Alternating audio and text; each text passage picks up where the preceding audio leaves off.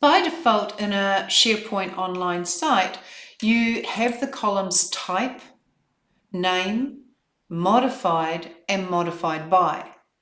But if the person who designed the site allows you, you may also have this option to add a column.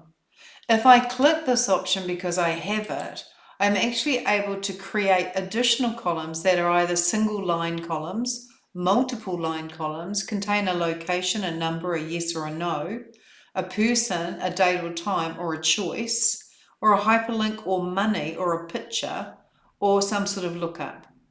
So let's say I start with person, and I want to call this column assigned to. So I want to know who this particular document has been assigned to, who this particular document has been assigned to this file. So I can choose the person or group type, allow selections of groups or not, show their profile pictures or not, and then more options. I can allow multiple selections if I've got more than one person working on the document. And I can require that the person must fill in this column or not. So I'm just going to click Save, and that is going to create a column called Assigned To. I could create another column, for example, that might just be a single line. And for this, I might just choose to call it Status. And I might decide, okay, when it comes to the status, what is the current status of the document? And is it maybe draft, reviewed, or approved? So it's a single line of text, and the default value I might put as approved. I've got more options again where I can make it that they must fill it in, so it's required. Has to be unique values, yes, and save. So I've created a couple of columns. And so what we're able to do is we're able to filter by these columns and sort by these columns. If you want to edit the values in these columns, then we actually need to choose a document, maybe the growing regions again, and go into our details pane. And if I go into the details pane and I look here, I can see the name of the document, the title, who's assigned it, and this status is a deep red, which means that it must be filled in. So if I was to click here, I could say assign it to Kathy Barker, and that's the owner. And the status is currently, let me just click this, the status is approved by default, but I might change that to draft. And then I will simply close out of here, and that will be saved, and I can actually see it here, so it's done. So I can close that details pane, and those details have been updated.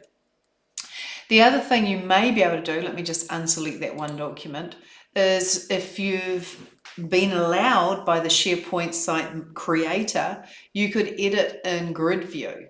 And if I go into grid view, then I could actually say, look, I would like to assign this to Kathy, and just do it directly. And notice I'm able to choose more than one person,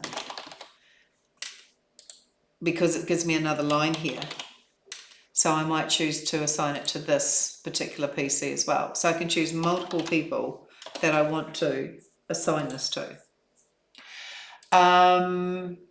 because I set that.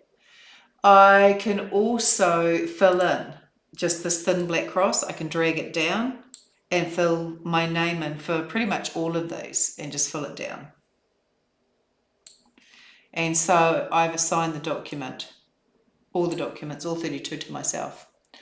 So that's an option. And then if I exit the grid view, I'm back into here, and I can see who the document's been assigned to and the status of the document.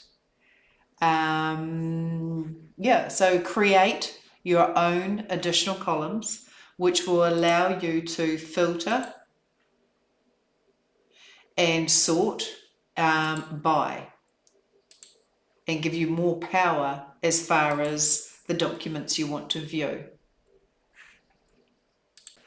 If I needed to edit or change the columns, for example, if I went to status, the drop down here, and I went into column settings, I could actually move it, though I would simply just drag it, but you could move the column to the left, you could hide it, you could also edit it. So if I go into edit, for example, I could delete that status column. Or I could say, well, actually, I'd like it that actually all documents defaulted to draft, not approved. And I'd like to make it that it's not required. And if I save that, then I've made changes to that particular column. So you can also get into the column settings and edit the column as well. By me making that column not compulsory, I'm actually able to now go into edit and grid view, and I'm actually able to set them all to say, let's go here, set them all to say draft and fill that down. So all these documents are in draft format, and fill that all the way down to where I need to. And make this one draft as well. And then I can exit the grid view and I'm back into viewing all my documents and my status is updated and my assigned to is updated. So really customize the columns, and they call this metadata. Metadata is any data in addition to just the basic data that tells you about the document. Who's it's assigned to, what is the status of the document.